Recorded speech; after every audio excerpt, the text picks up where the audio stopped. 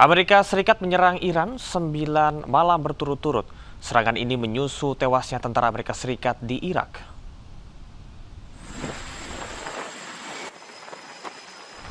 Komando Pusat Amerika Serikat atau CENTCOM mengumumkan gelombang serangan baru terhadap aset militer Iran pada hari Minggu.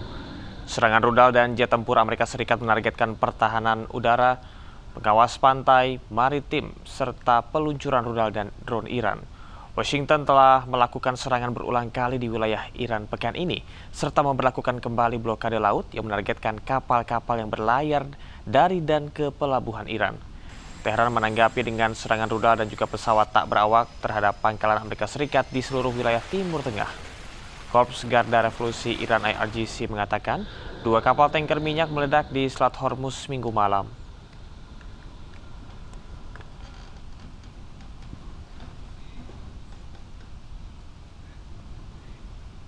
Pemirsa, Presiden Amerika Serikat Donald Trump mengucapkan bela sungkawa atas meninggalnya tentara Amerika atas serangan Iran beberapa waktu lalu. Namun, serangan yang dilakukan Iran tidak hanya di pangkalan militer Amerika di negara Teluk, tetapi juga di Selat Hormuz, di mana terdapat 2 kapal tanker juga meledak akibat serangan Iran. But you know, those great people, those great patriots were out there fighting that Iran cannot have a nuclear weapon. Iran has been very, very badly damaged. They've lost everything almost militarily. They've got very little left. They've got some missiles. They've got some drones. They've got some manufacturing ability, not much. We control the strait. They don't control anything. So we'll see what happens. But we hit them very hard again tonight. And we did that in honor of the probably three. It's probably three. Sirine meraung di kota aman saat angkatan bersenjata Yordania mencegah serangan rudal Iran.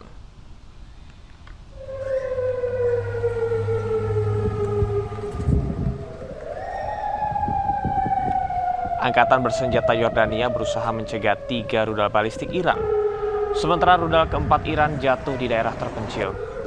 Kedutaan Besar Amerika Serikat di Amman mengklaim bahwa pihak berwenang mengevakuasi bandara dan pelabuhan internasional Aqaba.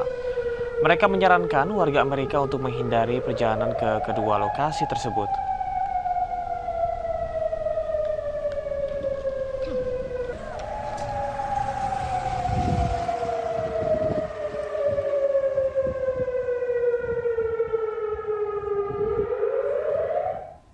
Di sisi lain, pemirsa, Menteri Pertahanan Israel memamerkan tahanan yang merupakan warga Palestina terikat tidak berdaya.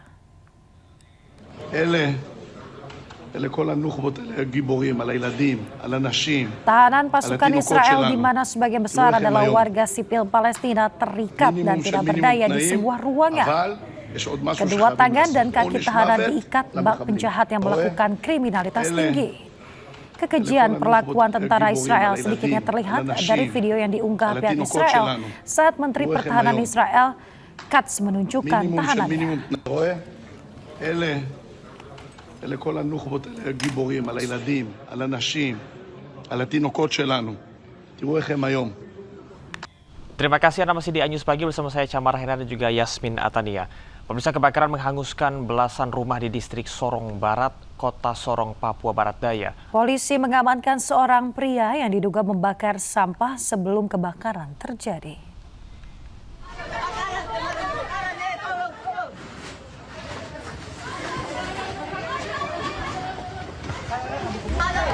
Warga panik saat kebakaran terjadi di permukiman padat penduduk di Jalan Misol, Kampung Baru, Distrik Sorong Barat, Kota Sorong, Papua Barat Daya, Senin malam. Sebagian warga mencoba memadamkan api dengan alat seadanya. Banyaknya bahan yang mudah terbakar dan bangunan yang berdempetan membuat api cepat merembet hingga menghanguskan belasan rumah. Petugas gabungan dibantu warga berjibaku memadamkan api. Sebanyak 4 unit damkar dan 5 mobil tangki air dikerahkan ke lokasi. Warga mencoba mengais barang berharga yang masih tersisa. Seorang warga mengaku hanya sempat menyelamatkan diri dan anaknya, sementara barang berharga lainnya hangus terbakar.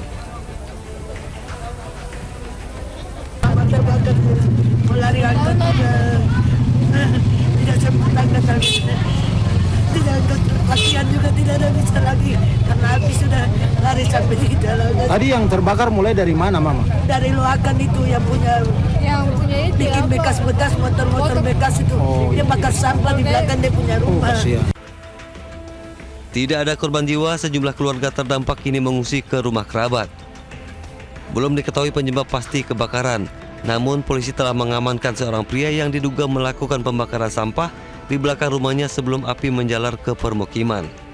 Dari Kota Sorong, Papua Barat Daya, Chandri Suripati, iNews melaporkan. Pemirsa, unjuk rasa di Gedung Kejaksaan Agung berlangsung ricuh. Masa tuntut Kejaksaan Agung segera tangkap ex-Jampitsus Febri Adriansyah.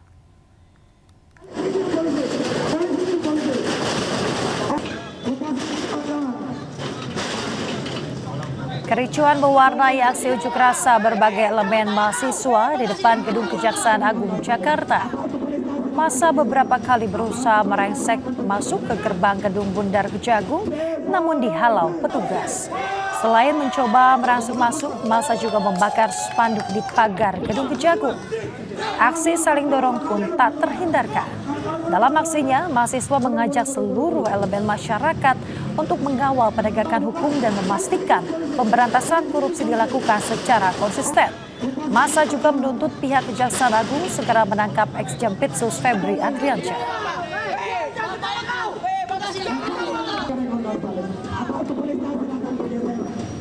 Terima kasih Anda masih di iNews Pagi dan selamat menunaikan ibadah sholat subuh bagi Anda yang berada di wilayah Jakarta dan sekitarnya.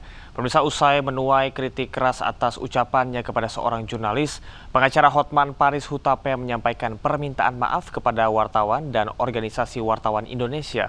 Sebelumnya, Forum Pemret menyesalkan sikap dan juga cara pengacara Hotman Paris dalam merespon pertanyaan wartawan saat jumpa pers terkait dengan kasus mantan Jampitsus Febri Adriansyah. Seorang kebanggaan dari ini, lihat enggak foto ini, kebanggaan dari presiden. Dan sudah mengembalikan ke negara 430 triliun. Belum lagi transfer prestasi yang begitu besar yang tidak pernah disentuh sebelumnya. Begitu saja dipermalukan. Ada apa? Tanya, makanya malam ini kalian langsung ke Mabes Polri tanya kalau kau bukan pengecut. Ya? Apa? Yang keliruan itu berarti berasalnya dari institusi awal. Iya, betul. Udah. Kalau kau punya otak, lu tahu jawabannya. Sudah, titik ya? Ya udah deh, jawaban sendiri lah. Jangan coba-coba. Nanti kau akan tulis menurut Hotman sih. Lu udah tahu jawabannya, ya? Sudah mulai. Forum Pemret menyesalkan sikap dan cara pengacara Hotman Paris Hutapea dalam merespon pertanyaan wartawan saat jumpa pers terkait kasus mantan Jampitsus Febri Adriansyah pada 17 Juli lalu. Dalam keterangan tertulisnya, Ketua Forum Pemret Retno Pinasti menyatakan pilihan kata dan cara Hotman Paris Hutapea dalam merespon pertanyaan wartawan tidak profesional dan merendahkan profesi wartawan yang sedang bekerja.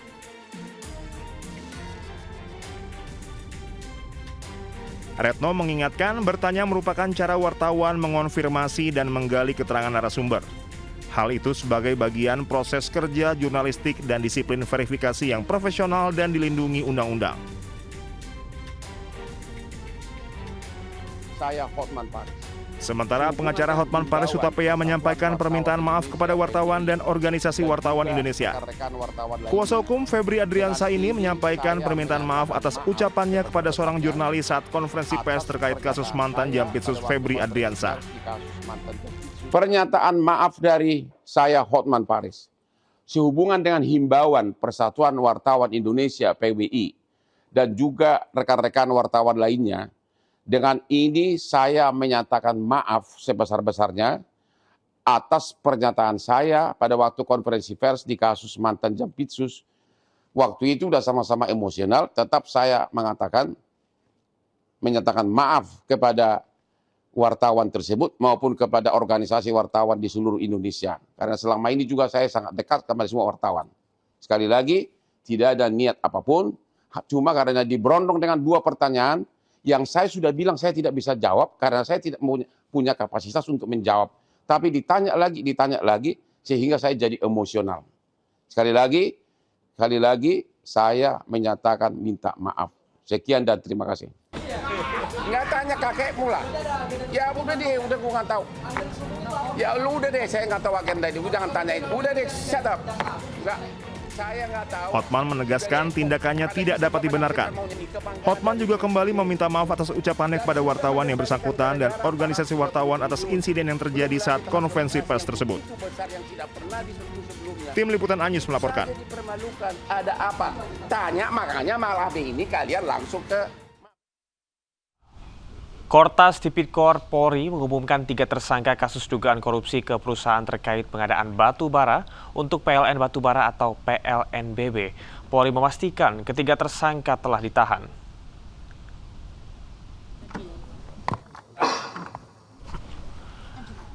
Penyidik Kortas Tipikor Polri telah menahan 2 tersangka yakni IT selaku Investment Manager PT Perusahaan Pengelola Aset dan FSN selaku Kepala Divisi Operasional Bintang Abadi Sempurna. Sementara tersangka FH selaku Direktur PT Bintang Abadi Sempurna saat ini berstatus sebagai narapidana dalam perkara lain dan sedang menjalani pidana di Lapas Salemba.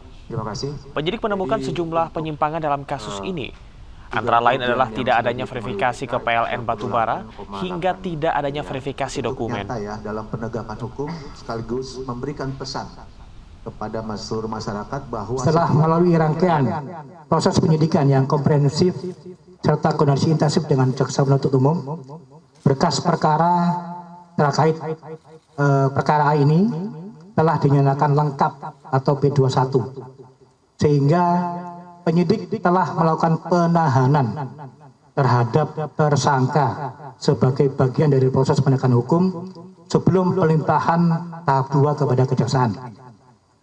Dalam perkara ini, Korps Tipikor Polri, para penyidik telah melakukan penahanan terhadap 2 orang tersangka, yaitu yang pertama saudara IT selaku Investment Manager PT Perusahaan Pengelola Aset Persero, dan yang kedua adalah saudara FSN selaku Kepala Divisi Operasional PT Bintang Abadi Sempurna.